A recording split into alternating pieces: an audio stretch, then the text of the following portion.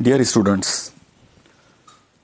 Screen पर जो problem आपको नज़र आ रहा है ये IIT JEE मेंस 2012 में पूछा गया था। इस क्वेश्चन में 4 ऑप्शंस जो दिए गए हैं वो एक बार आप देख लीजिए। पहला ऑप्शन है no current flows through PQ। दूसरा है I1 = 3 एम्पियर। तीसरा potential at the point S is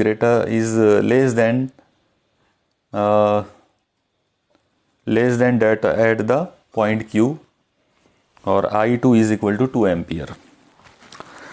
ये क्वेश्चन जो है ये पेपर सेकंड में, मतलब सेकंड जो सेक्शन होता है उसमें पूछा गया था और इसमें more than one option is correct, ये सेक्शन में ये क्वेश्चन पूछा गया था। मतलब यहाँ पर में भी पॉसिबल है कि 2 या 3 या 4 ऑप्शंस जो है वो करेक्ट हो सकते हैं। ओके, तो चलिए देखते हैं इसको किस तरह से करेंगे। सबसे पहले तो आप देखिए कि यहाँ पे एक 12 वोल्ट की बैटरी है जिसमें से करंट I1 निकला है और उसकी वैल्यू हमको बाद में फाइंड भी करना है। 3 एम्पियर है या नहीं है वो हम बाद में फाइंड करेंगे। ये करंट पॉइंट इस जगह पर आता है और यहाँ से आकर ये डिवाइड होगा, कुछ पार्ट इधर जाएगा कुछ पार्ट इधर जाएगा। ओके, फिर उसके आगे आप देखो कि वो जो करंट है वो यहाँ से डिवाइड होकर ऐसे आएगा, फिर इधर जाएगा कुछ इधर जाएगा, फिर यहाँ उसका डिवीज़न होगा। अगर आप थोड़ा सा इमेजिन करो तो मान लो कि आपने इस पॉइंट S को उठाकर यहाँ रख दिए और T को उठाकर यहाँ रख दिए, तो ये पूरा का पूरा ट्रायंगल यहाँ आके चिपक जाएगा। ओके, और ये कुछ तो भी ऐसा हो जाएगा, यानी ये पॉइंट इधर और ये वाला पॉइंट यहाँ ऐसा आ जाएगा ट्रायंगल बन के, और फिर ये बन जाएगा व्हेटस्टोन ब्रिज।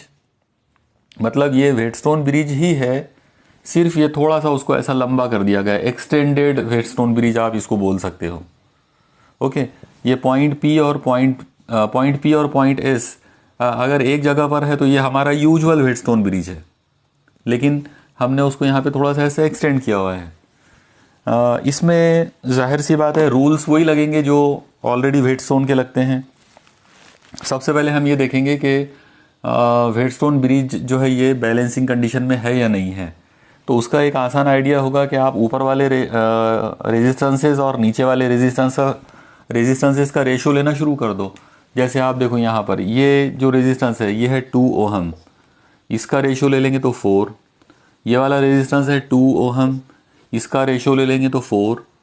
ये रेजिस्टेंस 2 और ये नीचे 4, तो 2/4। आप लोग देख रहे हो कि ये एग्जैक्टली बैलेंस्ड है, मतलब ये जो रेशो है बिल्कुल इक्वल आया, यानी ऊपर वाले रेजिस्टेंसेस और नीचे वाले रेजिस्टेंसेस का रेशो जो है वो सेम आया है। इसका मतलब ये बैलेंस्ड व्हेटस्टोन ब्रिज है। और अगर ये बैलेंस्ड व्हेटस्टोन ब्रिज अगर है तो इसका मतलब ये होगा कि पॉइंट P का पोटेंशियल और पॉइंट Q का पोटेंशियल सेम होगा। अगर इन दोनों का पोटेंशियल सेम होगा तो इसमें से करंट फ्लो नहीं होना है। तो मैं यहाँ पर इतना ये जो पार्ट है बीच का, इसको मैं यहाँ से हटा सकता हूँ।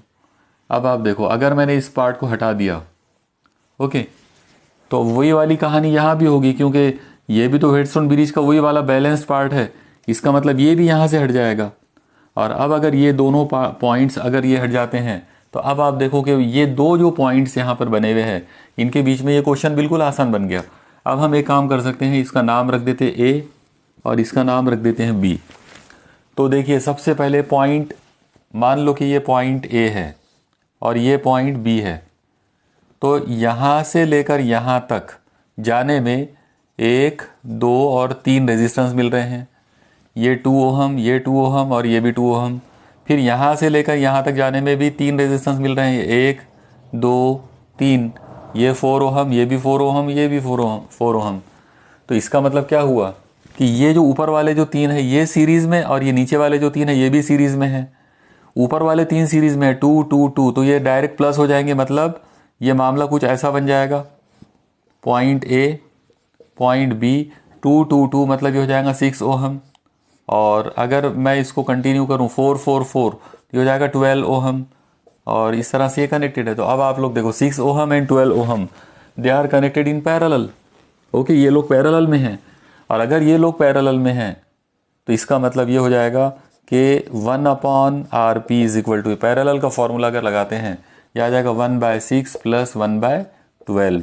तो क्रॉस कर लेते हैं, यह आ जाएगा नीचे 6 × 12 और ऊपर आ जाएगा 12 + 6। इसका मतलब ये कितना हो जाता है 18/6 × 12। तो ये 1/RP की वैल्यू आ गई। ओके, अब इस पर से आप उसकी वैल्यू जो है वो कैलकुलेट कर सकते हो। देखो ये क्या हो जाएगा, 6 1 और 6 3 18, 3 1 3 4 मतलब 1/RP इज इक्वल टू 1/4। इसका मतलब RP is equal to 4 ohm, यानी इस ओवरऑल पूरे सर्किट का जो रेजिस्टेंस है वो हमको मिल गया है 4 ओहम। ओके, तो ये एक इम्पॉर्टेंट चीज़ हमको यहाँ पर मिल गई। इसमें एक चीज़ जो आप देख रहे हो ये है कि क्योंकि ये बैलेंस वेटस्टोन ब्रिज है, इसका मतलब ये वाली ब्रांच में और ये वाली ब्रांच में कोई करंट फ्लो नहीं होगा, ये दोनों सेम पोटेंशियल वाले होंगे। तो ये जो पहला वाला पॉइंट है, no current flows through the branch PQ, या फिर no current flows through the branch ST, तो ये बिल्कुल करेक्ट होगा, मतलब ये ऑप्शन जो है बिल्कुल करेक्ट है। अब हम सेकंड ऑप्शन के बारे में बात कर रहे हैं, तो सेकंड ऑप्शन अपने को देखना है, तो उसके लिए हमने क्या किया कि इसका ओवरऑल रेजिस्टेंस निकाल दिए, और इसका ओवरऑल रेजिस्टेंस आ गया इतना। अब आप देखो ये रेजिस्टेंस जुड़ा हुआ है इस बैटरी के साथ में, तो ओम्स लॉ अप्लाई कर देंगे। अगर हम यहाँ पर ओम्स लॉ अप्लाई करते हैं तो ओम्स लॉ के हिसाब से ये आ जाएगा V is equal to I × R। यहाँ पर I का मतलब I1 है, मतलब ये वाला I1 करंट जो अंदर जा रहा है इसमें। V का मतलब है 12 volt is equal to I1 × R का मतलब RP है, मतलब इसका ओवरऑल रेजिस्टेंस वो है 4। ये 4 को इधर शिफ्ट कर लो तो I1 इज इक्वल टू आ जाएगा 12/4 इज इक्वल टू 3 एम्पियर। इसका मतलब I1 is equal to 3 ampere. तो ये जो I1 है वो 3 एम्पियर है, मतलब ये ऑप्शन भी करेक्ट है। ओके, तो आप लोग देखो यहाँ पर मोर देन 1 ऑप्शंस करेक्ट हो गए। पहला ऑप्शन भी सही है, बैलेंस्ड कंडीशन है इसलिए, और दूसरा हम लोगों ने प्रूफ कर दिया कि पूरा जो रेजिस्टेंस है ओवरऑल वो 4 ओहम है और 12 वोल्ट की बैटरी के साथ जुड़ा हुआ है, इसका मतलब जो करंट पास होगा वो 3 एम्पियर है। तो ये बात भी सही है। अब हमको देखना है पॉइंट C, कि पॉइंट C जो है वो करेक्ट है या नहीं है। तो देखो यहाँ पर इसका कहना है कि potential at the point S, मतलब यहाँ is less than that at Q, मतलब यहाँ का पोटेंशियल यहाँ के पोटेंशियल से कम है। चलो ठीक है, इसको चेक कर लेते हैं। अब आप एक चीज़ देखो, I1 करंट जब यहाँ पर आया तो फिर यहाँ से आने के बाद ये इधर फ्लो हुआ, कुछ पार्ट इधर जाएगा, इधर जाने वाले करंट को हम लोगों ने I2 बोलना है, ये ऑलरेडी दिया हुआ है अपने को I2, और इधर जाने वाला जो करंट होगा वो होगा I1 - I2। अब आप एक चीज़ देखो कि ये I2 करंट फ्लो होकर इधर जा रहा है ऐसे, और ये मैंने आपको पहले भी मतलब ये चीज़ एक्सप्लेन किया था कि अगर मान लो एक वायर है, इसमें पॉइंट A है और इसमें पॉइंट B है, और करंट ऐसे फ्लो हो रहा है, तो इसका मतलब ही ये होता है कि ये हायर पोटेंशियल पर है और ये लोअर पोटेंशियल पर है। अगर दोनों पॉइंट सेम पोटेंशियल पे होंगे तो करंट फ्लो ही नहीं होगा। ओके, तो इससे एक चीज़ क्लियर हो रही है कि पॉइंट P से करंट पॉइंट S की तरफ गया, इसका मतलब पॉइंट P जो है ये हायर पोटेंशियल पर है और ये लोअर पोटेंशियल पर है। ओके, तो इन दो लोगों का कंपैरिजन तो हमको इजीली मिल गया, लेकिन कंपेयर करना है इसको इसके साथ में, तो ये भी एकदम आसान है। आप देखो इसमें आप यहाँ पर एक चीज़ पे गौर करो कि हमने पहले ही बात कर रहे थे कि ये रेजिस्टेंस डिवाइडेड बाय ये वाला रेजिस्टेंस, ये रेजिस्टेंस डिवाइडेड बाय ये रेजिस्टेंस, और ये रेजिस्टेंस डिवाइडेड बाय ये रेजिस्टेंस सेम है, और इसीलिए तो हमने इनको बैलेंस्ड बोला था। तो अगर ये पूरा का पूरा बैलेंस्ड है तो इसका मतलब ये होगा कि यहाँ से लेकर यहाँ तक कोई करंट ही फ्लो नहीं होगा। बैलेंसिंग कंडीशन के अंदर करंट फ्लो नहीं होता, और करंट फ्लो कब नहीं होता है, जब ये दोनों पॉइंट सेम पोटेंशियल पे होते हैं। इसका मतलब अगर ये हाई पोटेंशियल पर है तो डेफिनेटली ये भी सेम मतलब हाई पोटेंशियल पर होगा। तो अगर ये हाई पोटेंशियल पर है, ये भी उसी पोटेंशियल पर है, और ये लो पर है, इसका मतलब इसका पोटेंशियल इसके पोटेंशियल से ज़्यादा होगा। तो यहाँ पर अपने को क्या दिया हुआ है, potential at S is less then, यहाँ पर लेस बोला है, मतलब ये पोटेंशियल कम है और इसके मुकाबले में, तो बात बिल्कुल सही है, मतलब ये ऑप्शन भी बिल्कुल करेक्ट है। ओके, तो ये था ऑप्शन नंबर 3। अब हम बात करेंगे लास्ट ऑप्शन की, I2 is equal to 2 ampere. तो चलो इसको भी चेक कर लेते हैं कि ये सही है कि गलत है। ओके, तो इसके लिए आपको सबसे पहले तो ये देखना पड़ेगा कि I1 करंट है कौन सा। तो I1 करंट पॉइंट ए से बी की तरफ फ्लो हो रहा है ऐसे, मतलब आप इसको यहाँ से इक्विवेलेंट सर्किट में बना देता हूँ। पॉइंट ए और ये मान लो कि पॉइंट बी है, और यहाँ पर ये बैटरी लगी हुई है ऐसे, प्लस माइनस ये 12 वोल्ट। ओके, और पॉइंट ए से बी की तरफ I2 करंट जो जा रहा है, तो एक्चुअली वो ऐसे जा रहा है, ये इन तीन में से 2 ओहम 2 ओहम 2 ओहम, और ये लोग सीरीज में हैं। सीरीज में है मतलब इनका इक्विवेलेंट रेजिस्टेंस जो है वो जाएगा 2 + 2 + 2 यानी 6। इसका मतलब यहाँ पर जो इक्विवेलेंट रेजिस्टेंस है वो 6 ओहम है, और इसमें से पास होने वाला करंट जो है वो I2 है। ठीक है, मैंने ये नीचे वाली ब्रांच यहाँ पे नहीं बनाया। तो अब आप इस पर से अंदाज़ा लगा सकते हो कि I2 की वैल्यू क्या होगी। पॉइंट ए और बी के बीच में 12 वोल्ट का पोटेंशियल है, और करंट पास हो रहा है I2, और इसका रेजिस्टेंस है 12। फिर से ओम्स लॉ अप्लाई कर दो। ओम्स लॉ के हिसाब से आ जाएगा V = I × R। यहाँ पर I का मतलब I2 है। ओके, ये आ जाएगा 12 = I2 × रेजिस्टेंस जो है ए से लेकर बी तक, ये वाली ब्रांच में इसका 6 ओहम उसका रेजिस्टेंस है। इसका मतलब ये आ जाएगा I2 = 12/6। इसका मतलब I2 = 2 एम्पियर। तो I2 की वैल्यू 2 एम्पियर आना चाहिए, मतलब ये बात भी सही है। तो इसका मतलब ये हुआ कि ये जो डायग्राम जो दी गई है, ये जो सर्किट जो दिया हुआ था, तो इसके चारों ऑप्शन करेक्ट है। ओके, तो बस यही एक ख़ास बात होती है IIT का जो मेंस का जो पेपर होता है, मतलब सेक्शन 2 जो होता है, जिसके अंदर मोर देन 1 ऑप्शंस करेक्ट होते हैं, उसमें हर ऑप्शंस को आपको टेस्ट करना होता है। सारे के सारे ऑप्शन करेक्ट हो सकते हैं, और ये 2012 में ऐसा हुआ था, जो ऑलरेडी व्हेटस्टोन ब्रिज नेटवर्क पर डिपेंड था। ओके, मुझे उम्मीद है आपको ये समझ में आ गया होगा।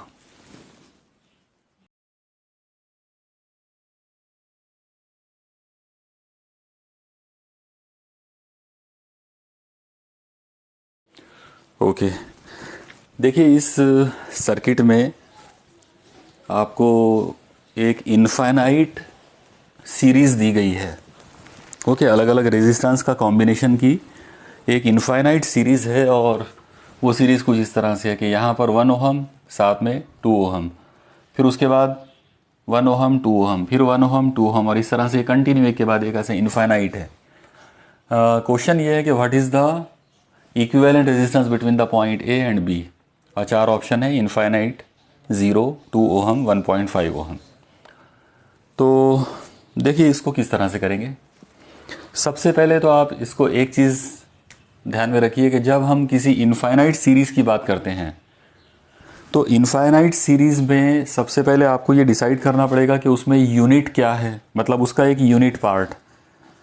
और ये एक चीज़ ध्यान में रखिए कि जो यूनिट पार्ट होता है उसी को बार बार रिपीट करने से वो सीरीज़ तैयार होती है। तो जैसे मैं आपको ये सीरीज़ बना के बताता हूँ, आप लोग और से देखिए। ये पॉइंट ए है, यहाँ पर एक रेजिस्टेंस है 1 ओहम, और यहाँ पर एक रेजिस्टेंस है 2 ओहम, और ये पॉइंट बी है। तो ये उसका एक यूनिट हो गया। ओके, अब मैं क्या करूँगा, इसी के अंदर यही वाली यूनिट ऐड कर दूंगा यहाँ पे। तो अगर मैंने यहाँ पर ये 1 ओहम और ये 2 ओहम इसको इसके साथ ऐड कर दिया, तो ये अगली चीज़ बन गई। फिर मैं इसी के अंदर ये यूनिट और जोड़ दूंगा, तो ऐसा करते करते ये पूरी सीरीज़ बन जाएगी।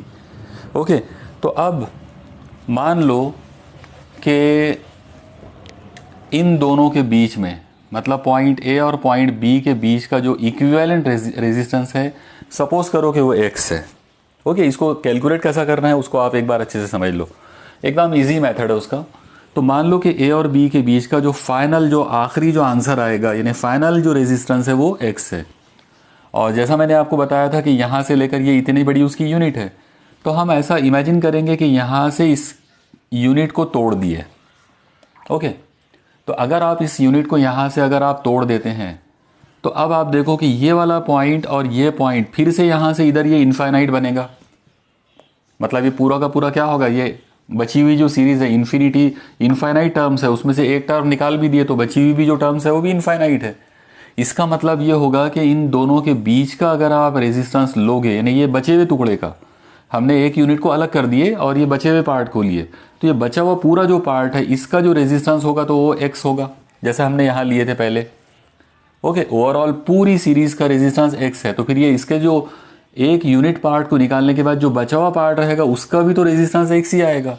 मतलब ये पूरा जो पार्ट है इधर का, तो उसका इक्विवेलेंट रेजिस्टेंस x है। ओके, और वो x रेजिस्टेंस जो है वो यहाँ जुड़ा हुआ है इस जगह पर। तो अगर ये कंसेप्ट है तो फिर मैं इक्विवेलेंट सर्किट इसका कुछ ऐसा बना सकता हूँ, ये पॉइंट A, ये रेजिस्टेंस 1 ओहम, ये रेजिस्टेंस 2 ओहम, ओके, यहाँ पर ये पॉइंट B, और ये बचा हुआ पूरा रेजिस्टेंस जो है जिसका इक्विवेलेंट रेजिस्टेंस x है, तो मैं उसको यहाँ एज ए रेजिस्टेंस इस तरीके से मैं जोड़ दूंगा और इसकी वैल्यू x होगी। लेकिन इसमें सबसे ख़ास बात ये है कि यहाँ पर ये जो पॉइंट A और पॉइंट B जो है, तो इनके बीच का रेजिस्टेंस भी x होगा। ओके, जैसा हमने शुरू में सपोज किए थे कि ये रेजिस्टेंस x है, तो वही हिसाब से वो बचे हुए पार्ट का भी रेजिस्टेंस x लेना पड़ेगा और वो x को आप यहाँ जोड़ोगे। ओके, मुझे उम्मीद है आपको ये इक्विवेलेंट सर्किट अब समझ में आ गया होगा।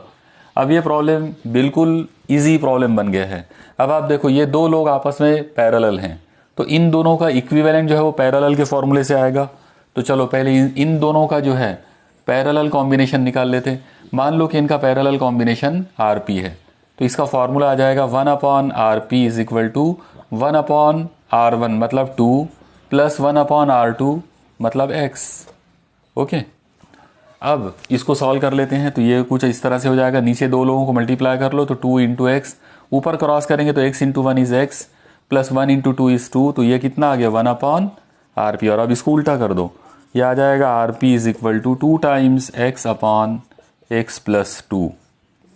तो आप लोग देखो ये रिजल्टेंट रेजिस्टेंस आ गया है इन दो लोगों का।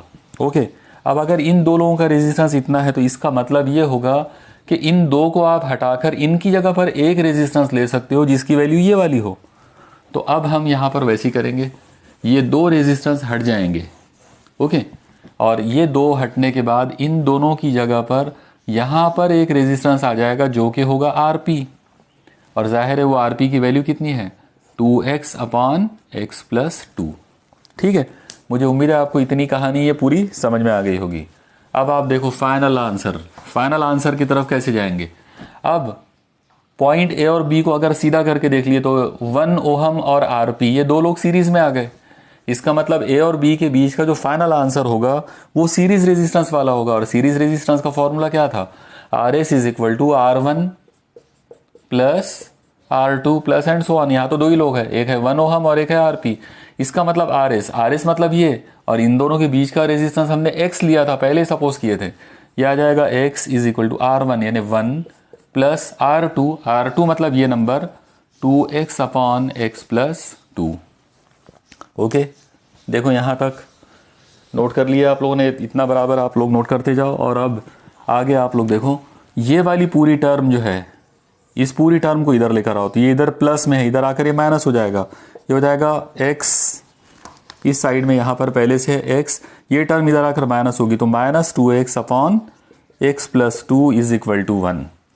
इसको आप x/1 समझो। अब इसको क्रॉस कर लेते हैं, तो अगर इसको x प्लस 2 इंटू 1 यानी x प्लस 2 और क्रॉस करेंगे तो ये नंबर इधर जाएगा, मतलब x प्लस 2, और ये 1 इधर जाएगा, तो -2x इंटू 1 यानी 1, 2x इंटू 1 यानी 2x is equal to 1। Okay, देखो समझ में आया आप लोगों को। क्रॉस किया अपन लोगों ने, ये वाली नंबर को इधर लाए, माइनस किए, x के अपॉन में 1 इमेजिन करके इसको LCM वाले मेथड से कर डाले। ओके, अब बस ये इक्वेशन को सॉल्व करने का है। तो चलो शुरू करते हैं। देखो क्या होगा इसमें।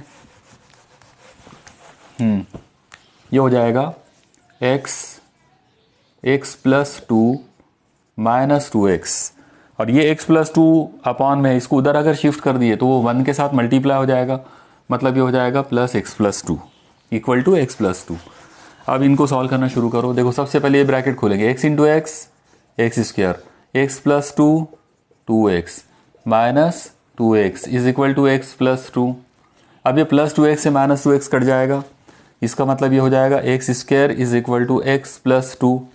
ये x प्लस 2 को इधर ला लो तो ये हो जाएगा x square minus x minus 2 equal to 0। आप लोग देख रहे हो कि ये एक क्वाड्रेटिक इक्वेशन आ गई। ओके, और क्वाड्रेटिक इक्वेशन जो है आमतौर पर वो होती है a x square plus b x plus c, ये फॉर्मेट में होती है। तो अब आप यहाँ पर गौर से देखो, ये इक्वेशन हमको सॉल्व करके मिली और ये क्वाड्रेटिक इक्वेशन का फॉर्मेट होता है। तो अगर आप इन दो लोगों को कंपेयर करते हैं, मतलब एक्स स्क्वायर का कोएफिशिएंट, एक्स का कोएफिशिएंट और कांस्टेंट, इनको अगर आप दोनों में मतलब कंपेयर करो तो देखो क्या होगा। एक्स स्क्वायर का कोएफिशिएंट ए है, यहाँ पर एक्स स्क्वायर का कोएफिशिएंट कोई नहीं है मतलब 1 है, तो ये आ जाएगा a is equal to 1। b is equal to x का कोएफिशिएंट b है, यहाँ पर x का कोएफिशिएंट -1 है तो b -1 हो जाएगा। और c जो है वो हो जाएगा -2, कांस्टेंट जो है वो -2। ठीक है, देखो आप लोग ए बी सी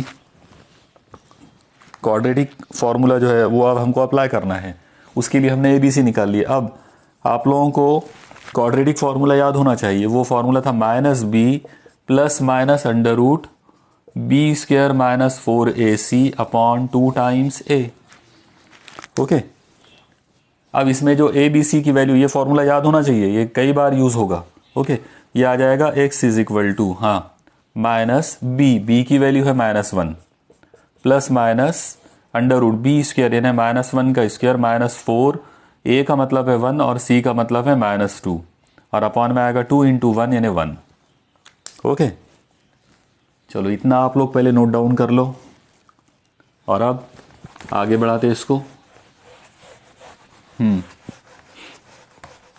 देखो ये क्या हो सकता है, ये आएगा x इज इक्वल टू, ये ब्रैकेट खुलेंगे माइनस माइनस प्लस हो जाएगा तो यानी 1 प्लस माइनस, यहाँ पर ये आ जाएगा अंडर रूट -1 का स्क्वायर यानी 1 और ये -4 इंटू 1 यानी -4 और -4 इंटू -2 वो जाएगा माइनस माइनस प्लस 4 2 ज़ा 8 डिवाइडेड बाई 2 इंटू 1 यानी 2।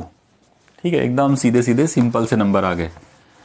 चलो अब आप इसको और आगे बढ़ा दो, ये आ जाएगा x is equal to 1 plus minus, ये हो जाएगा अंडर रूट में 1 प्लस 8 यानी 9 और अंडर रूट 9 यानी 3 डिवाइडेड बाई 2।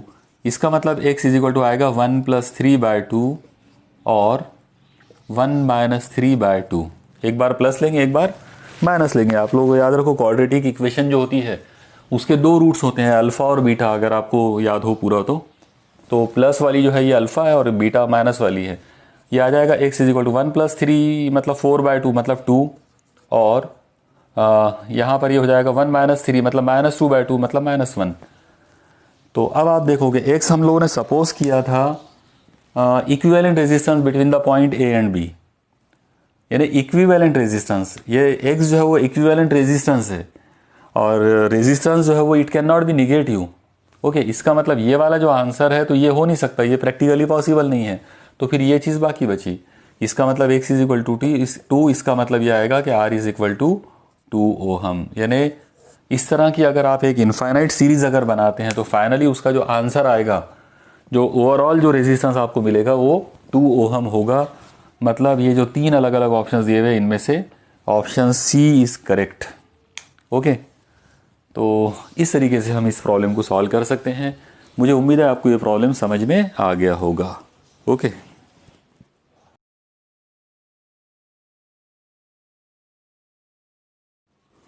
ओके, अब आप देखिए जो प्रॉब्लम आपको स्क्रीन पे दिख रहा है इसमें भी 4 अलग अलग लूप्स आपको दिए हैं।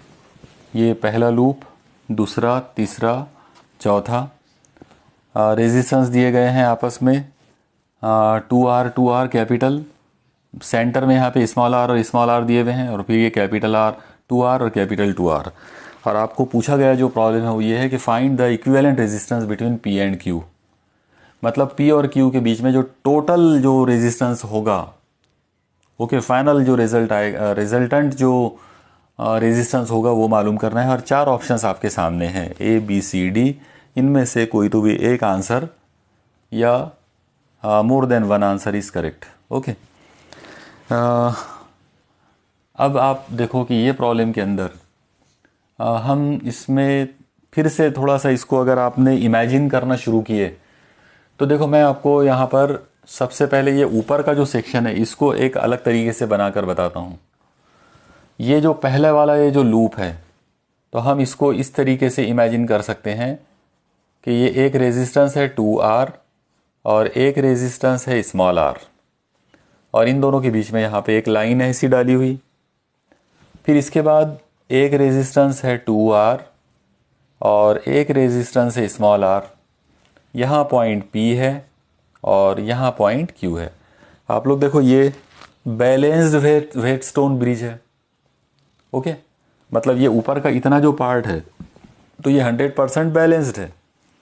ठीक है, अब आप लोग और एक चीज़ देखो कि नीचे वाला पोर्शन देखो। नीचे वाले पोर्शन के अंदर भी यही वाली कहानी आपको नज़र आएगी। आप यहाँ पर एक रेजिस्टेंस ऐसे ले सकते हो स्मॉल आर, ये वाला, और उसके नीचे कौन सा है, यहाँ पे ले सकते हैं 2R, दोनों के बीच में एक लाइन है। फिर ये दोनों का रेशो आप देखो तो यहाँ पर ये स्मॉल आर और यहाँ पर इन दोनों के बीच में ये है 2R। जाहिर है small R upon 2R, small R upon 2R, ratio are same, इसका मतलब ये भी बैलेंस्ड है। तो इस मर्तबा आपको व्हेटस्टोन ब्रिज जो है 2 मर्तबा दिए गए हैं और दोनों मर्तबा बैलेंस्ड है। मतलब ये ऊपर वाला जो पार्ट है ये भी व्हेटस्टोन ब्रिज है बैलेंस्ड, और जो नीचे वाला पार्ट है ये भी व्हेटस्टोन ब्रिज है। ओके, तो अब अगर ये व्हेटस्टोन ब्रिज है और वो भी बैलेंस्ड है तो इसका मतलब ये हुआ कि ये बीच वाली जो लाइन है, ये जो बीच वाला जो कंडक्टिंग वायर है, इसमें करंट फ्लो नहीं होगा।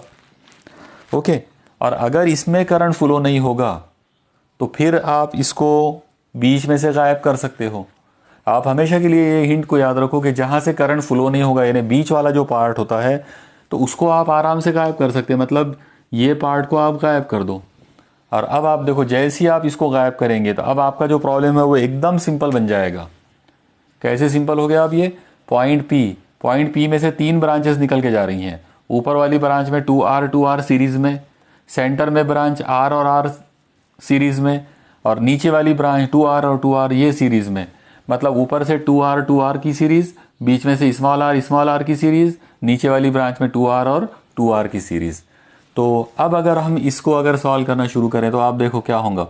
मान लो कि ये पॉइंट P है। ओके, मैं पहले ये बीच वाली ब्रांच बना लेता हूँ, ये पॉइंट Q, तो ये R और ये R, जाहिर है ये दोनों मिलकर क्या हो जाएंगे, दोनों भी सीरीज़ में, इसका मतलब 2R। तो हम यहाँ पर इन दोनों को गायब करके एक रेजिस्टेंस ले सकते हैं और वो एक रेजिस्टेंस होगा 2R। ओके, अब आप ऐसी ऊपर वाली ब्रांच को देखो। ऊपर वाली ब्रांच 2 कैपिटल R और 2 कैपिटल R ये भी सीरीज़ में है, तो इसका मतलब दोनों को ऐड करना पड़ेगा, तो 4R हो जाएगा। ऐसे आप ये नीचे देखो, नीचे 2R और ये 2R सीरीज़ में है, इसका मतलब ये है कि यहाँ पर आप 2R प्लस 2R मतलब ये 4R हो जाएगा। तो इस तरीके से ये हमारा यानी इसका इक्विवेलेंट सर्किट ऐसा बन जाएगा।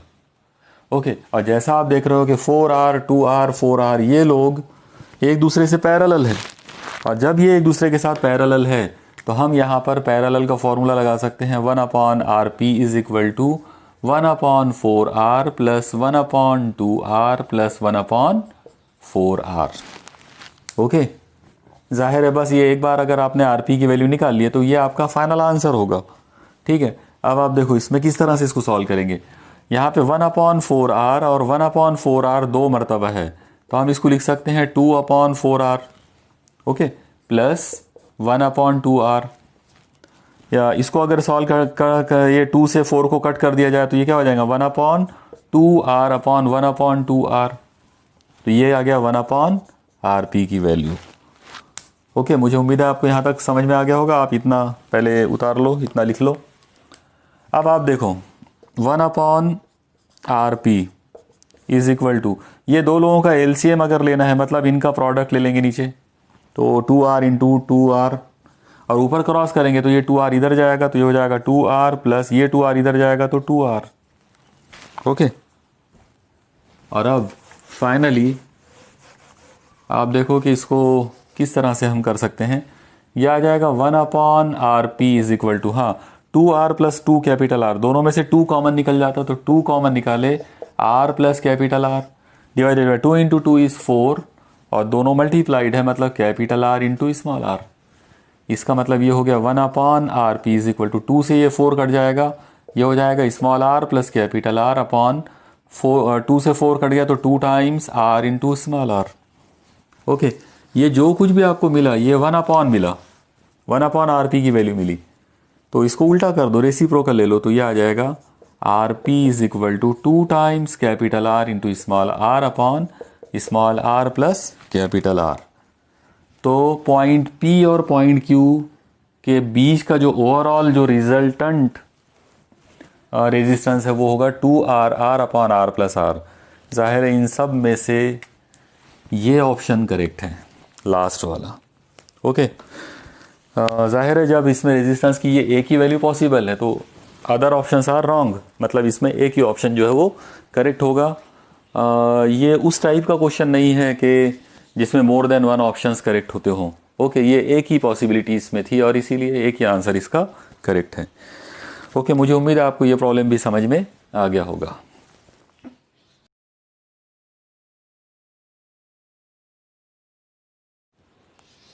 ओके, अब आप देखिए स्क्रीन पर जो प्रॉब्लम आपको दिख रहा है, इसमें जैसा कि आप देख रहे हैं टोटल मिलाकर 6 अलग अलग रेजिस्टेंस आपको दिए हुए हैं और 6 के 6 रेजिस्टेंस इक्वल हैं। ओके, हर एक की वैल्यू R दी हुई है। आपका प्रॉब्लम वही वाला है कि find the equivalent resistance between A and B। Okay, यानी टोटल ओवरऑल रेजिस्टेंस कितना होगा, और ये 4 अलग अलग ऑप्शंस आपको दिए गए हैं। तो देखो, इस तरह के प्रॉब्लम को सॉल्व करने के लिए फिर से हम शुरुआत इक्विवेलेंट सर्किट बनाकर कर सकते हैं। इसमें कुछ पॉइंट्स के हमको पहले नाम रखने पड़ेंगे ताकि इनको इक्विवेलेंट जब हम सर्किट में कन्वर्ट करेंगे तो हमारे लिए वो आसानी हो जाए। जैसे यहाँ पर ये पॉइंट A है तो एक्चुअली ये पॉइंट भी A ही है। ओके, और ये वाला जो पॉइंट है तो ये B है, यानी दोनों का कोई अलग मामला, अलग नाम देने की ज़रूरत नहीं है। ओके, तो A B C D E F, इसको G दे देते हैं और ये बीच में H दे देते हैं। अब यहाँ पर ये टर्मिनल की ज़रूरत नहीं है और वैसे ही ये टर्मिनल की ज़रूरत नहीं है। अब हमको A और B के बीच में खेलना है, मतलब इस तरह का मामला है। ओके, चलो अब इसको शुरुआत करते हैं। मान लो मैं इस जगह पर पॉइंट A लेता हूँ और यहाँ पर मैं पॉइंट C ले लेता हूँ, तो A और C के बीच में आप देखो वहाँ रेजिस्टेंस है R, तो ये बना दिया मैंने R। ओके, अब पॉइंट C और D दोनों का मतलब एक ही है, क्योंकि आप गौर करो, यहाँ आप गौर से देखो पॉइंट C और एक्चुअली ये सीधा सीधा एक ऐसा कनेक्शन है, तो मैं C को यहाँ पे D भी लिख सकता हूँ। ओके, एक्चुअली वो एक ही बात है। फिर D के बाद अगला पॉइंट E है, तो मैं यहाँ से इस जगह पर पॉइंट E ले सकता हूँ और यहाँ एक रेजिस्टेंस में बना दूंगा R। मैं एक काम करता हूँ, और ज़्यादा आसानी के लिए मैं इन रेजिस्टेंसेस के पहले नाम रख देते हैं। ओके, देखो इसका नाम रख देते हैं R1, R2, R3, R4, R5, R6। Total मिलाकर 6 रेजिस्टेंस है। A और C के बीच में R1 है, तो A और C मतलब D। ओके, तो C और D एक ही बात है, तो ये R1 है। D और E के बीच में R6 है, तो ये R6 हो गया। ओके, मुझे उम्मीद है आप बराबर कंपेयर करते जाएंगे, हर चीज़ को आप बराबर गौर से देखो। पॉइंट A और G का मतलब सेम है, क्योंकि ये एक ही लाइन पर है, दोनों के बीच में कोई नहीं है, तो दोनों का पोटेंशियल सेम होगा। ओके, तो इसका मतलब यहाँ A का दूसरा मतलब G भी है, जैसे D का मतलब C भी है। ओके, चलो ठीक है। अब वही वाला मामला यहाँ भी आएगा। ये पॉइंट E जो है, पॉइंट E, F और B, आप देखो इनके बीच में कोई रेजिस्टेंस वगैरह नहीं है, मतलब ये सब सेम पोटेंशियल वाले लोग हैं, तो यहाँ पर आप इसका मतलब F भी लोगे और इसका मतलब B भी लेंगे। चलो अब और आगे बढ़ाते इसको। पॉइंट A मतलब पॉइंट G और पॉइंट B मतलब ये पॉइंट, इन दो के बीच में एक रेजिस्टेंस है, तो यहाँ आप लोग देखो ये एक रेजिस्टेंस है और इसका नाम है R4। अब ये कहानी थोड़ी बदली हुई नज़र आ रही है। ओके, आप लोग देखो ये आड़ा रेजिस्टेंस आ गया इसमें, ये वाला R4 ऐसा बनाना A और E के बीच में, मतलब A बोले तो ये और B मतलब ये वाला पॉइंट, तो ये दो के बीच में R4 आ गया। ओके, अब हमको लेना है G और H, तो दो के बीच में हमको एक काम करना पड़ेगा, यहाँ कहीं तो भी एक पॉइंट H लेना पड़ेगा और ये A और H, A मतलब ये G और H, इनके बीच में यहाँ एक रेजिस्टेंस लेना पड़ेगा और इसकी वैल्यू होगी R2। देखो आप बराबर है क्या, आ गया समझ में। तो G और H दोनों के बीच में R2। अब H और D देखो, तो D का मतलब C है, एक्चुअली वो दोनों एक ही बात है। तो H और D, ये D है, इन दोनों के बीच में एक रेजिस्टेंस आ गया, ये R3। इसका मतलब ये हुआ कि यहाँ पर मुझे एक रेजिस्टेंस बनाना पड़ेगा और ये हो जाएगा R3। यहाँ पर ये क्रॉसिंग याद रखो, ये क्रॉसिंग का मतलब है ये ऐसा अलग से है रेजिस्टेंस, ठीक है। ओके, ये काफ़ी अजीबोगरीब सा होते जा रहा है प्रॉब्लम। चलो और आगे बढ़ाते हैं इसको। अभी इसमें आप और एक चीज़ देखो कि H और E के बीच में कुछ है क्या। हाँ बिल्कुल है, आप लोग देखो ये E का मतलब F है, तो H और F इनके बीच में R5 है, तो ये H और ये F पॉइंट, ये दोनों, तो इन दोनों के बीच में यहाँ पर एक रेजिस्टेंस है और वो रेजिस्टेंस कौन है, R5। तो अब आप गौर से देखो, आपके पूरे के पूरे 6 रेजिस्टेंस जो है, एक्चुअली ये जो सर्किट था वो ऐसा बन गया। और इसमें भी एक ख़ास बात हमको ये नज़र आ रही है कि अगर हम ये R4 को थोड़ी देर के लिए कंसीडर ना करें, चलो मैं एक काम करता हूँ, इसको मैं पहले निकाल देता यहाँ से। अब आप गौर से देखो, ये बचा हुआ जो कुछ भी आपको दिख रहा है, तो ये एक्चुअली व्हेटस्टोन ब्रिज है और ये बैलेंस्ड भी है। क्यों बैलेंस्ड है, क्योंकि R1, R2, R6, R5 ये सब के सब लोगों की वैल्यू R है, सभी रेजिस्टेंस इक्वल है इसके अंदर। इसका मतलब है व्हेटस्टोन जो ब्रिज है ये पूरा का पूरा बैलेंस्ड है। सिर्फ ज़्यादा की कहानी क्या है, ज़्यादा की कहानी ये है कि यहाँ पर इन दोनों के बीच में एक रेजिस्टेंस जुड़ा हुआ है, ए और ई के बीच में, और जाहिर है वो कौन है, कौन सा रेजिस्टेंस था वो, R1, R2, R3, वो है R4, क्योंकि R5 ये है और R6 ये है। तो अब आप एक चीज़ देखो कि अगर ये पूरा का पूरा ओवरऑल व्हेटस्टोन ब्रिज अगर है, मतलब ये ग्रीन कलर में जो आप देख रहे हो, तो ये अगर व्हेटस्टोन ब्रिज है, उसमें ज़्यादा की चीज़ सिर्फ R4 है, ये बीच वाली रेजिस्टेंस। तो हम एक काम कर सकते हैं कि अगर ये बैलेंस्ड है, और ये बैलेंस्ड है पूरा, क्योंकि रेशो इक्वल आएगा, R/R इक्वल टू R/R, तो इक्वल आ गया 1/1, 1/1। इसका मतलब बीच में करंट फ्लो नहीं होगा, और अगर बीच में करंट फ्लो नहीं होगा तो आप ये वाली टर्मिनल को गायब कर दो, यानी ये इसकी कोई वैल्यू नहीं रहेगी, ये ज़ीरो हो गया पूरा। और अगर ये पूरा ज़ीरो हो गया, अगर ये पूरा गायब हो गया, तो अब बचा हुआ सर्किट इतना है। अब आप देखो, ये हमारा जो पॉइंट है ये A है, और ये वाला जो पॉइंट है तो ये B है, और A और B के बीच में आपको रेजिस्टेंस निकालना है। तो अब आपके सामने क्लियर दिख रहा है, A और B के बीच में 3 ब्रांचेस दिख रही है, एक ये ऊपर वाली ब्रांच, एक ये बीच वाली ब्रांच, और एक ये नीचे वाली ब्रांच। चलो इसी को अगर मैं अलग से बनाना चाहूँ तो इसको मैं ऐसा बना सकता हूँ, एक ऐसी सीधी ब्रांच A और B के बीच में, फिर एक ब्रांच यहाँ बनेगी और एक ब्रांच यहाँ बनेगी। ऊपर वाली ब्रांच के अंदर 2 लोग, नीचे वाली ब्रांच के अंदर 2 लोग। यहाँ पर है R1, यहाँ पर है R6, यहाँ पर है R2, यहाँ पर है R5, और ये बीच में जो आड़ा है ये है R4, लेकिन ये सब के सब इक्वल है, ठीक है। तो ये सर्किट बेसिकली ऐसा है, और अब आप फाइनली इसको आंसर निकाल सकते हो, कोई मसला नहीं है।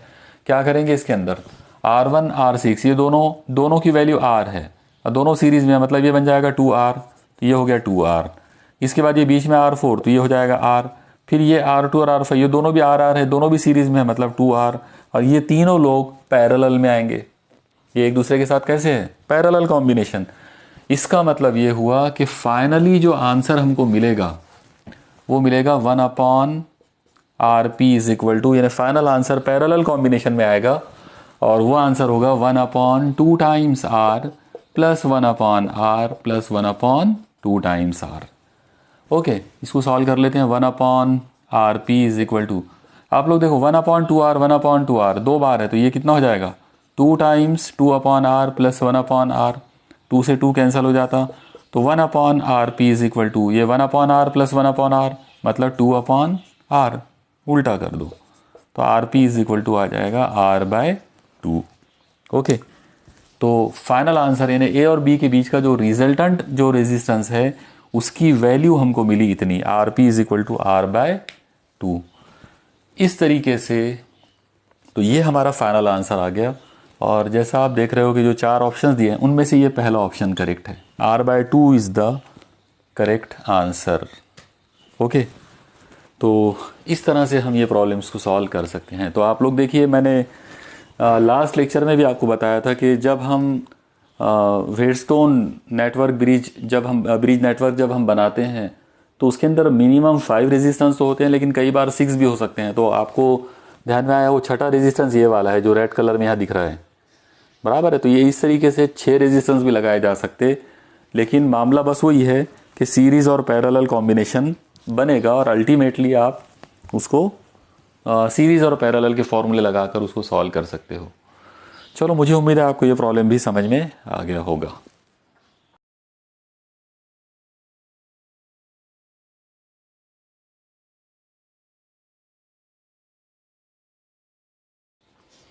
चलिए, आज का आखिरी प्रॉब्लम जो हमको देखना है, जो किरचॉफ्स लॉज और वेडस्टोन ब्रिज नेटवर्क ये सारे कॉम्बिनेशंस पर आधारित है। आप देखिए, इसमें सबसे पहले इस प्रॉब्लम के अंदर क्या चीज़ गिवन है पहले उसको समझ लो। आपको टोटल मिलाकर 12 अलग अलग कंडक्टिंग वायर्स दिए गए हैं इक्वल लेंथ वाले। ओके, तो 12 में से आप गौर करो, यहाँ पे 4 जो है ये रेड कलर में है, 4 जो है वो ग्रीन कलर में है, और बचे हुए जो 4 हैं वो ब्लैक कलर में हैं। तो 4 4 4 4 करके 12 वायर हैं टोटल, और उनको आपस में जोड़कर एक ऐसा क्यूबिकल एक स्केलेटन बनाया गया है। मतलब ये इस तरह का एक स्केलेटन बना दिए, या स्केलेटन मतलब ये एक ऐसा ढांचा बन गया है, एक ऐसा पूरा क्यूबिकल क्यूब टाइप का। ओके, आपसे क्वेश्चन ये है उसके अंदर कि what is the equivalent resistance between the two diagonal points, any two diagonal points. इसमें कोई भी 2 डायगोनल पॉइंट्स अगर आप लेते हैं तो उनके बीच का रेजिस्टेंस जो है वो क्या होगा, ये आपका प्रॉब्लम है, यानी ये आपको फाइंड करना है। अब आप एक चीज़ देखो, सबसे पहले डायगोनल पॉइंट्स डिसाइड करना है तो उसके लिए हमको पहले नाम रखना पड़ेगा। तो हम एक काम करते हैं, ये जो टॉप लेवल है पहले यहाँ से शुरू कर लेते। तो A B C D, इसका नाम रख देते हैं E F G H। Okay, अब आप देखो, डायगोनल पॉइंट्स अगर आपको लेना है तो अपोजिट एंड का पॉइंट आएगा। डायगोनल पॉइंट जैसे अगर आपने मान लो पॉइंट ए लिया, तो इसका जो डायगोनल पॉइंट आएगा अपोजिट वो आएगा G। देखो आप बराबर ऐसा क्रॉस जाएगा। अगर आप पॉइंट बी लेते हैं तो उसका डायगोनल पॉइंट H आएगा। अगर आप F लेते हैं तो उसका डायगोनली अपोजिट पॉइंट C आएगा। और अगर आप पॉइंट E लेते हैं तो उसका डायगोनली अपोजिट पॉइंट D आएगा। तो आप कोई भी 2 अपोजिट डायगोनल पॉइंट्स ले सकते हैं, ठीक है। जाहिर सी बात है F और C लेने का मशवरा मैं नहीं दूंगा, क्योंकि ये दोनों बीच में हैं, तो इनका जब आप कॉम्बिनेशन जोड़ोगे तो आपको परेशानी हो जाएगी। इसलिए आप इनमें से कोई भी 2 डायगोनल पॉइंट ले सकते हैं, ठीक है, एनी 2 डायगोनली अपोजिट एंड। तो मैं यहाँ पर एक तो ये पॉइंट ले लेता हूँ, पॉइंट E, और इसका डायगोनली अपोजिट पॉइंट ये वाला है, पॉइंट D। तो मैं ये 2 पॉइंट सिलेक्ट कर लेता हूँ, और इन 2 के बीच में यहाँ पर मैं एक बैटरी जोड़ दूंगा। ओके, मैंने यहाँ से ये ऐसा एक एक्सटर्नल वायर जोड़कर इस जगह पर एक बैटरी जोड़ दिया, प्लस माइनस, और सपोज करो कि इसका जो EMF है वो E0 है। मैंने यहाँ पर E0 इसलिए नाम लिया क्योंकि मैंने ये पॉइंट E ले लिया था। ओके, इसलिए चलो ओके, अब आगे बढ़ाते हैं इसको। अब आप एक चीज़ पे गौर करो, हमारा टारगेट है to find the resistance between E and D। E और D के बीच में का फाइनल जो रेजिस्टेंस है वो हमारा टारगेट है। तो वो टारगेट निकालने के लिए हमको क्या करना पड़ेगा, सबसे पहले इसमें से करंट गुजारना पड़ेगा, और करंट्स का अलग अलग डिस्ट्रीब्यूशन भी करना पड़ेगा। तो आप लोग इमेजिन करो, अगर मान लो मैं यहाँ से करंट I निकालता हूँ। ओके, मान लो यहाँ से ये पॉजिटिव एंड है ना, तो यहाँ से करंट निकला I। तो पॉइंट E पर आने के बाद उसको 3 ब्रांचेस मिलेंगे, कुछ करंट इधर जाएगा, कुछ इधर जाएगा, कुछ इधर जाएगा। देखो आप लोग, ये एक करंट, ये दूसरा करंट, ये तीसरा, 3 पार्ट। अब आपको एक चीज़ बोला गया है कि ये क्यूब है, और ये 12 के 12 जो कंडक्टिंग वायर है ये इक्वल लेंथ वाले हैं। तो इक्वल लेंथ वाले हैं और कंडक्टिंग वायर्स हैं, सपोज करो कि वो सब एक ही मेटल के भी हैं, तो इसका मतलब उन सब का रेजिस्टेंस इक्वल होगा। अगर उन सब का इक्वल रेजिस्टेंस है, इसका मतलब ये तीनों इक्वल पार्ट होंगे, यानी अलग अलग नहीं हो सकते। इसका मतलब ये हो जाएगा I का तीसरा पार्ट यानी I/3, ये हो जाएगा I/3, ये हो जाएगा I/3, यानी 3 पार्ट। ओके, तो I/3 3 बार। अब आप इमेजिन करो, ये वाला जो I/3 है यहाँ आने के बाद इसको दो ब्रांचेस मिलेंगे, एक इधर और एक इधर। ये वाला I/3 यहाँ आने के बाद इसको एक ब्रांच इधर मिलेगी, एक ब्रांच इधर मिलेगी, मतलब I/3 दो दो हिस्सों में डिवाइड होगा। ये वाला I/3 यहाँ आएगा तो फिर इसको एक ब्रांच ये मिलेगी, एक ब्रांच ये मिलेगी, इक्वल इक्वल पार्ट्स में डिवाइड होगा।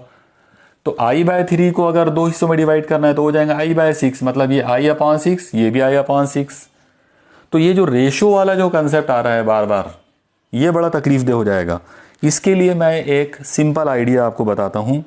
आप ये इमेजिन करो कि इस बैटरी में से I करंट नहीं निकला बल्कि 6I करंट निकला। ओके, हम क्या करेंगे यहाँ पर I की बजाय 6I करंट निकालेंगे ताकि डिवीज़न जो है वो ईजी हो जाए। तो 6I करंट यहाँ से निकला। अब देखो ये 6I करंट यहाँ आ गया। यहाँ आने के बाद उसके सामने 3 इक्वल रास्ते हैं, तो जाहिर है इक्वल रास्ते होने की वजह से क्या हो जाएगा, यहाँ पर 2I करंट जाएगा, यहाँ पे 2I करंट जाएगा, ये 2I करंट जाएगा, तो ये इक्वली डिवाइड हो गए। अब आप देखो ये 2I करंट यहाँ आया तो यहाँ से एक का आधा पार्ट इधर जाएगा, आधा इधर जाएगा, तो आधा मतलब I इधर जाएगा, I इधर जाएगा। ये वाले 2I को देखो आप लोग, ये पॉइंट F पर आएगा तो आधा करंट इधर जाना है, आधा करंट इधर जाना है। ओके, ये वाले 2I को देखो, ये पॉइंट A पर आकर आधा करंट इधर जाएगा, आधा करंट इधर जाएगा। तो देखो बराबर 6I लेने पर पूरे करंट इक्वली डिस्ट्रीब्यूट हो गए। ओके, चलो अब आगे बढ़ाते हर जंक्शन को। पॉइंट B पर देखो, पॉइंट B पर क्या हुआ, ये I करंट आया, इधर से ये वाला I करंट आया, ये दोनों मिले और ये दोनों मिलकर इधर जाने लगे, तो ये कितना हो जाएगा I+I 2I। ओके, चलो अब आप पॉइंट C को देखो। पॉइंट C के ऊपर क्या हुआ, ये I करंट आया, इधर से ये वाला I करंट आया और ये दोनों मिलकर यहाँ से इधर चले गए, तो इधर से I और ये वाला I, तो ये बन जाएगा 2I। ओके, अब आप पॉइंट G को देखो, ये वाला I करंट आया, इधर से ये I करंट आया, ये दोनों मिलेंगे, यहाँ आने के बाद इनके पास ये एक ही फाइनल रास्ता है, तो I+I ये हो जाएगा 2I। तो अब आप गौर से देखो, फाइनल पॉइंट हमारा आखिरी जो डायगोनली अपोजिट एंड था E का, वो पॉइंट पर इधर से 2I, इधर से 2I और ये वाला 2I, तो 2I 2I 2I, मतलब टोटल मिलाकर 6I करंट वापस निकला। ओके, तो जो करंट आपने यहाँ से निकाले थे, जो करंट आपने यहाँ मतलब बैटरी से निकलकर जो ये सर्किट में अंदर आया था पॉइंट E से, घूम फिर कर डिवाइड वगैरह होकर उतना ही करंट वापस आ गया। और ये मैंने आपको पहले लेक्चर में भी बताया था, शुरुआत में भी बताया था कि आप बैटरी में से जितना करंट निकाल रहे हो उतना ही करंट वापस आने को ना। अगर वो करंट उतना वापस नहीं आया तो इसका मतलब कुछ तो भी मिस हो गया है, समथिंग इज रॉन्ग देयर। समझ में आया? तो अब ये सर्किट पूरा का पूरा आपके सामने है। पूरे के पूरे करंट जो है उनका डिस्ट्रीब्यूशन कैसे हुआ, क्या हुआ, वो आपको अब ध्यान में आ गया होगा। ओके, अब फाइनल आखिरी स्टेप, ये पूरा डिस्ट्रीब्यूशन होने के बाद अब हम यहाँ पर लूप बनाने की कोशिश करेंगे, क्योंकि बेसिकली हमको यहाँ पर KVL अप्लाई करना है। ठीक है, तो चलो देखो किस तरह से करेंगे। KVL के हिसाब से ये हो जाएगा summation of E plus summation of IR equal to 0।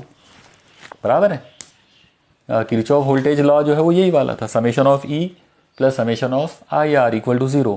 अब सबसे पहले तो आपको डिसाइड करना है लूप। तो देखो मैं लूप डिसाइड करके आपको बताता हूँ। पॉइंट E से हम लूप डिसाइड कर सकते हैं।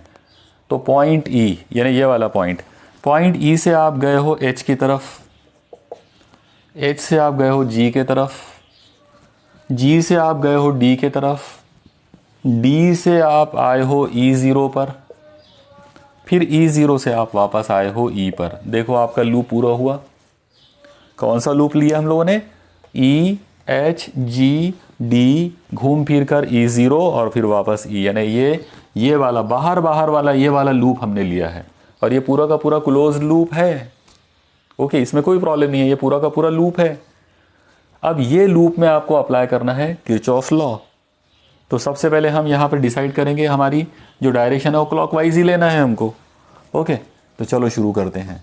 देखो अब आप लोग ये लूप का नाम आप लोगों ने नोट डाउन कर लिए होंगे। चलो ठीक है, मैं मिटा देता हूँ इसको।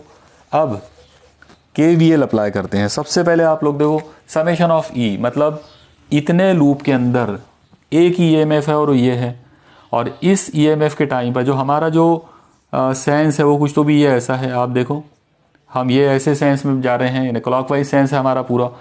तो हमारा सेंस यानी ट्रेसिंग ऐसे जा रही है। देखो बैटरी के अंदर निगेटिव टू पॉजिटिव, और हमने साइन कन्वेंशन में देखा था कि अगर बैटरी के अंदर inside the battery negative to positive हो तो ईएमएफ इज पॉजिटिव, मतलब ये जो ईएमएफ है ये पॉजिटिव लेना पड़ेगा।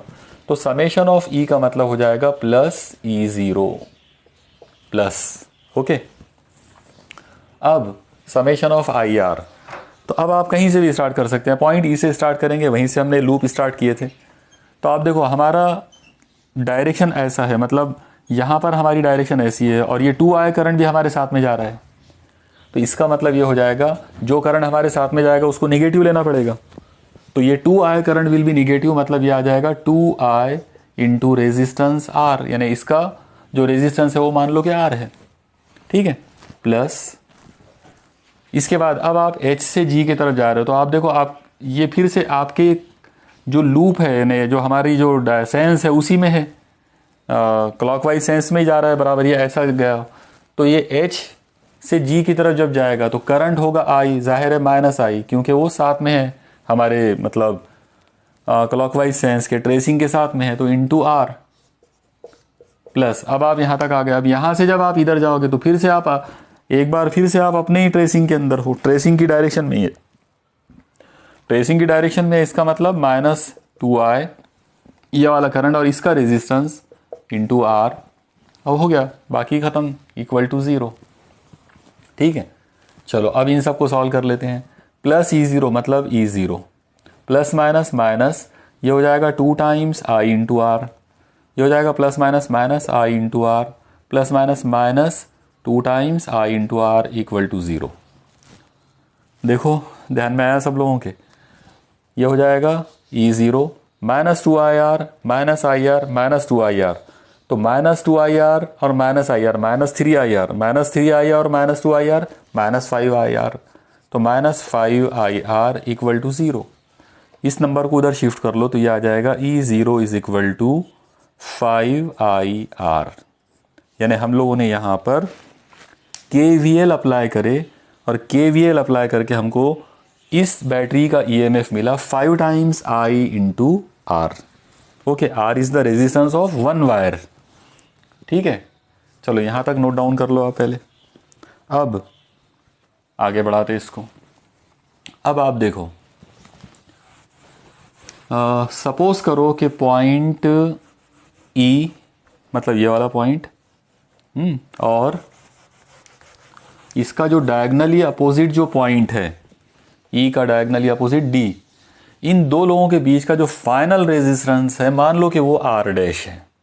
ओके, यानी फाइनल जो इक्विवेलेंट रेजिस्टेंस है सपोज करो वो R डैश है।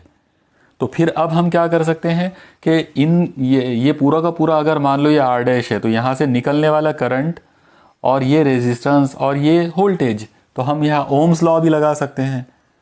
आपको पता है कि ओम्स लॉ का मतलब है V equal to I into R, तो ये फॉर्मूला अप्लाई करेंगे ये सिचुएशन के लिए। इस सिचुएशन के अंदर V का मतलब आपको लेना पड़ेगा E0 is equal to I का मतलब लेना पड़ेगा करंट जो बैटरी से निकला और वो करंट 6I है, इसलिए करंट आ जाएगा 6I इंटू रेजिस्टेंस, तो यहाँ का ओवरऑल जो रेजिस्टेंस है वो है R डैश, तो E0 की वैल्यू क्या होगी 6I into R dash. Okay, यानी ये वैल्यू हमको कहाँ से मिली, एक्चुअली ये जो करंट ये जो वैल्यू है तो ये ओम्स लॉ के हिसाब से है। हमने ये सपोज करे कि ये ओवरऑल पूरे सर्किट का जो रेजिस्टेंस है E और D के बीच में वो R डैश है, और इसलिए फिर फॉर्मूला ओम्स लॉ का यूज़ करके हमने उसको इस तरह से बना दिए। अब आप देखो ये E0 की इक्वेशन है अकॉर्डिंग टू ओम्स लॉ, ये E0 की इक्वेशन है अकॉर्डिंग टू किरचॉफ्स लॉ, बराबर है KVL, तो दोनों सेम ही होना चाहिए, तो इसलिए दोनों को कंपेयर कर लो। जब आप इसको इसके साथ कंपेयर करेंगे ये आ जाएगा 6I R डैश, ये वाली quantity is equal to 5I R। Okay, और अब आप एक काम करो, इसमें से 6I को उधर शिफ्ट कर दो, ये आ जाएगा R dash is equal to 5I R upon 6I, I से I कैंसल, इसका मतलब R dash is equal to आ जाएगा 5/6R। तो आप लोग देखो ये एक बहुत ही इंपॉर्टेंट फार्मूला आपको मिल गया कि अगर आपके पास कोई अलग अलग यानी एक ही मेटल के एक जैसे क्रॉस सेक्शन के और एक जैसी लेंथ वाले 12 अलग अलग तार अगर आपको दिए, कंडक्टिंग वायर्स अगर आपको दिए और उनको आपस में जोड़कर एक ऐसा स्केलेटन क्यूब बनाए, तो उस स्केलेटन क्यूब में डायगोनली अपोजिट जो एंड होंगे, डायगोनली अपोजिट जो पॉइंट होंगे, उसके दो अलग अलग अपोजिट डायगोनल कॉर्नर्स जो होंगे, ओके, पूरे क्यूब के, हाँ, तो पूरे क्यूब के जो डायगोनली अपोजिट एंड होते हैं उनके बीच का जो इक्विवेलेंट रेजिस्टेंस होगा वो होगा 5/6 टाइम्स आर। यहाँ पर आर का मतलब है रेजिस्टेंस ऑफ ईच वायर, हर एक वायर का जो रेजिस्टेंस है वो आर है। मुझे उम्मीद है आपको ये पूरी जो कहानी है, पूरा जो डेरिवेशन था, पूरा जो फॉर्मूला मैंने बताया, ये आपको समझ में आ गया होगा। ओके, इसको आप एक बार आर की कोई वैल्यू सपोज करके जो है वो आप इसको कर सकते हो। चलिए ठीक है, आज के दिन इतने ही प्रॉब्लम्स जो हैं वो काफ़ी हैं। मुझे पूरा उम्मीद है, पूरा यकीन है बल्कि कि आपको किरचॉफ्स लॉज और साथ ही साथ जो हम लोगों ने व्हेटस्टोन ब्रिज से रिलेटेड जो भी आज यानी जो जितने भी न्यूमेरिकल्स हमने किए हैं वो सब आपको समझ में आए होंगे और वो अब आप उसको कर पाओगे। चलिए ठीक है, अल्लाह हाफिज़।